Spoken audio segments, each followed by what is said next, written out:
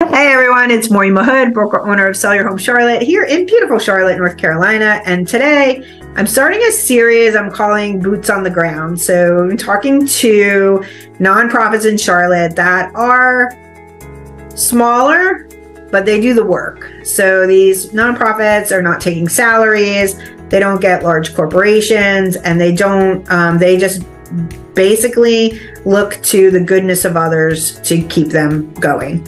And Bethany McDonald is the first one that we're doing, and she started an organization called Hearts United for Change. Hearts United for Good. I'm like, move your shirt. Good change. Hearts United for Good. It's hugs. So, and they basically help on the boots on the ground, helping homeless in the Charlotte metro. So Bethany, I know you and I spoke about this. It's crazy. I run a nonprofit, you run a nonprofit, and you know, it's a certain type of person who just decides that we're going to do this. So what happened? What made you think that you wanted to do I mean, you guys are doing great work. So tell me, like, why did you decide to take your life and do this? And turn it upside down, pretty much. Turn it upside. Well said, yeah. Well, it actually kind of, for me, I mean, I've always kind of volunteered around Charlotte with different organizations, whether, you know, just being on boards or host committees or anything, with HRC, Twirl to the World, you know, volunteering at Time Out Youth. I did a lot of time with the Humane Society of Charlotte as well, doing some fence builds. So I'd been doing that kind of in the background. I am a full-time DJ, so that's my real job that allows me to do this 5 days a week for about 12 hours a day. Yeah. And then when COVID hit, I obviously did not exactly have a huge career perspective at that point. So I had to kind of shift gears, and we started to look around at different groups. And there was a group called Heartbeat as One Foundation. And so I joined them trying to build an animal program. Basically, once COVID happened, everything kind of snowballed, everything shut down. And so what we did was we took all of the money and all of any of the funds that we'd raised up until that point, and we started to kind of repurpose them and build some programs that were COVID related. And one of the big ones was Lunches on Us initiative. And so what we did was we set up in 7 different locations, at the most at-risk locations in Charlotte, and we offered free hot meals to school-age kids. So basically, with COVID happening, all the schools shut down, and we knew that these kids weren't going to get fed, whether it was through the spring or through the summer. So we did about 55,000 meals in that short span of time, in a couple months, which was incredible. Wow. Yeah, we were really excited about that. I was in an inflatable sloth costume on Eastway with a sign that said free food for kids, which was not sketchy at all. but we did get the attention, and we got the kids in there and we got them fed. And so what we would do is we started to take any leftover food out to the tent cities. And so that's kind of how we started getting our first foray into the homeless sector. A friend of mine was actually working at Roof Above, which was formerly Urban Ministry. And she had seen me outside. And she was like, "Are you bringing food to the homeless camps?" I said, "Yeah." And she was like, "They need so much more." So I started to talk to other nonprofits working in that homeless sector. And we started to build this program where every single day we drove into Tent City, and I mean every single day. And we had tents and tarps and everything from flashlights and batteries and clothes. And in the summer, we went with about 800 pounds of ice every single day. And so we did, I think, 92,000 pounds of ice in one summer alone out into the homeless encampments. And so, you know, just doing things like that, we got to know our clients. We got to really kind of understand more about not so much of where they were, but why they were there. And that basically blossomed into the rest of our programming. We just kind of went from there. Wow. And when you say like why they were there, I think a lot of people don't understand why people become homeless. And that, you know, groups like yours, if you see somebody on the side of the road looking for food, you know, a lot of times there's no place for them to go. So tell us about some of that. That's a huge issue in Charlotte too. You know, it's wonderful that we have all these incredible assistance programs, which we do. But if you are living under a bridge on Albemarle Road with no cell phone, how exactly are you going to get some medical attention? How are you going to sign up for disability? How are you going to, you know, find some type of substance abuse of help? So, one of the big things that we noticed is that there was a lack of a conduit between the people and the assistance that was out there. So, one of the things that we noticed as we started working with the homeless population is the lack of access to the assistance that's out there. It's one thing to say that there's all these programs available and all this help available, but it's another thing if you are living under a bridge in University or Albemarle and you have no phone, you have no way of actually connecting to that assistance. And so one of the biggest things that I always preach is that we've got to stop making the people adapt to the system and start making the system adapt to the people. So we strongly believe that we really need to not look so much at how we can maintain the people that are out there, but how can we be preventative? How can we come up with sustainable solutions where we're still supporting this incredible population, but at the same time, we're trying to understand what it is they need so that we don't have to continue to bring them tents and tarps and batteries. Stephen Tilley is my associate director, and one of my favorite metaphors that he uses, he always says, it's one thing to be running down there and pulling people out of the river, but at some point we have to start walking upstream and find out how they're falling in and why they're falling in. And so that was something that we really kind of latched onto, is to start figuring out how we could connect these people with the help that they need that would reflect the reasons that they're out there in the first place. Okay. And then, so what kind of programs have you looked into for that? What are you guys doing on that side for preventative? There's all kinds of different avenues that we've gone and are still consistently going. We actually have a holistic therapist that's actually on Tuesdays comes in and does mental health and substance abuse assistance for free. And one of the things that one of our board members, Jessica Lefkowitz, she founded Hearts for the Invisible. And she actually, this year, they created a county outreach team.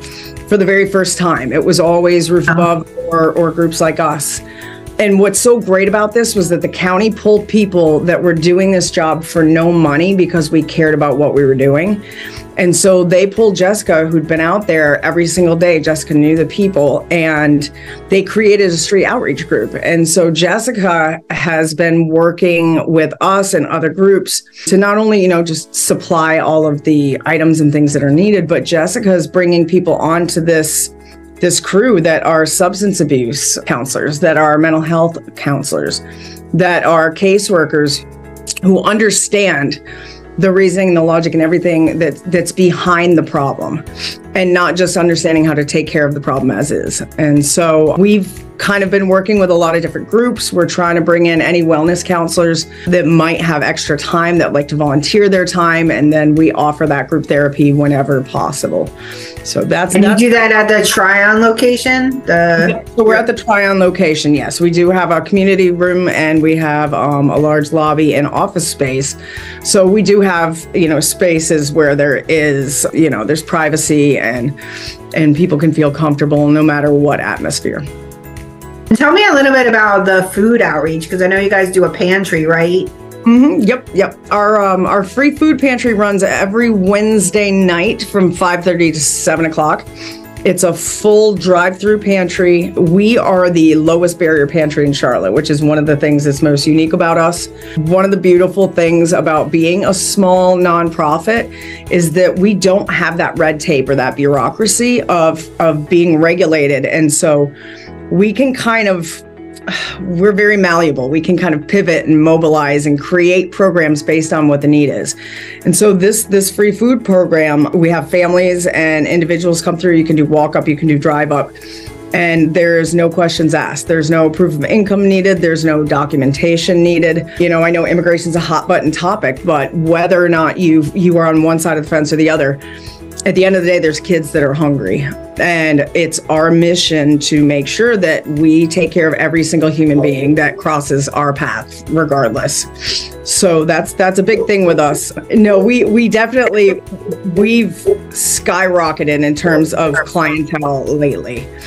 For the food pantry. Yep. We're up about 220% from last year. And how many people do you think a week you help in the food pantry? So the pantry numbers have gone up astronomically over the past couple years. for example, in May of 2021, when we were in the throes of COVID at our last location, just in May itself, we did 185 bags of groceries that we would put out, full bags of groceries to families or individuals. This year in May alone, we did 1,193. So it's about 512% increase. If that tells you anything about, understanding kind of how the need has gone up. And our new location is also in more of an at-risk area. It's in one of the economically, we call them opportunity zones in Charlotte. Yes. I love that. It's better than economically disadvantaged. And I was trying to come up with a better word. I don't like that word, but the city calls them opportunity zones. Yes. And so that's where we wanted to be, is we wanted to be in here with the people that needed us the most, instead of our last office was in the lower South End, which is about the bougiest point in Charlotte. Yeah. So, yeah. It's definitely it's really made a huge difference in giving us access to the people that need the assistance the most. Yeah. A lot of these people don't have cars and, ways to get places. So they're going to have to walk or take the bus. Oh, they do that too. People walk for like a mile, 2 miles just to come and get a couple bags of groceries. Wow. And so, we generally, I think as we're looking at the numbers, I mean, just in the past 36 months, we've done over 16,000 bags of groceries. Wow. That's something different when you look at a lot of these government funded groups, and you have groups like Friendship Trays. They're all amazing. Friendship Trays cost $7.10 to prepare, package, and deliver a meal. And so for $12 to $15, we can put together an entire bag of groceries that can take care of a small family. So, 1 to 3 bags, depending on how many people are in the household. So how do people help you with that? Like, list out like some of the needs that you guys have right now. I know it's a holiday season, so a lot of people want to donate during the holiday season. Unfortunately, all year round, people want to eat every day. It's kind of weird. But now somebody, can they donate food, money, how time, what's the need? The need is all of the things, all of the above. In terms of food, it's always non-perishables. Those are always great, especially with the holidays coming. We tend to, right around Thanksgiving and Christmas, as everybody's giving, we get kind of inundated with donations, which is amazing. And we could not be more grateful. But come January and February, the crickets are out. And so more non-perishables we can get right now, the better, because that helps sustain us through our quiet months right after, when everybody's getting their credit card bills from Christmas presents. Yeah. So that's a big thing for food is the non-perishables. So you're talking canned goods, box things. Yep. Mac and cheese, things that if you want to think about how you could make a meal for a family, where people do peanut butter and jelly and bread, pasta sauce. Rice is always huge. Any of those instant mashed potatoes. We do a lot of canned vegetables, things like that. We do have large freezer space as well. So we are able to freeze a lot of things, if people give us fresh meats, things like that we want to be able to preserve. We still have a couple turkeys left over for Thanksgiving. So we're going to be using those for our big Christmas push, which we're excited about. That's awesome. We're trying to, I've been writing grants to try and get more nutritious food that we can add, to do more fresh produce, to do more fruits and vegetables, things like that. So that's a long-term goal for us. In terms of donating, on our website, there is a donate button where you can use PayPal, Venmo, anything like that. Our address is at the bottom as well. If people would like to mail checks, you can drop things off. If you'd like to come see the space, we're here. I pretty much live here. So I'm generally here from anything ending in PM to starting in AM. So I'm fine. And on the same page, on our donate page on the website, there's also a volunteer application. There's a way to sign up. If you do want to volunteer for any of our efforts, we have the food pantry, the homeless outreach. It takes a little bit longer to get people acclimated and to get them oriented to do that. But we also have an animal welfare program that's really close to my heart. And so on weekends, we can usually use some help building dog fences. And so that's a big one too that we're always in need of. But help during the weekdays is fantastic. If anybody has any time off during the weekdays, we do use it anytime.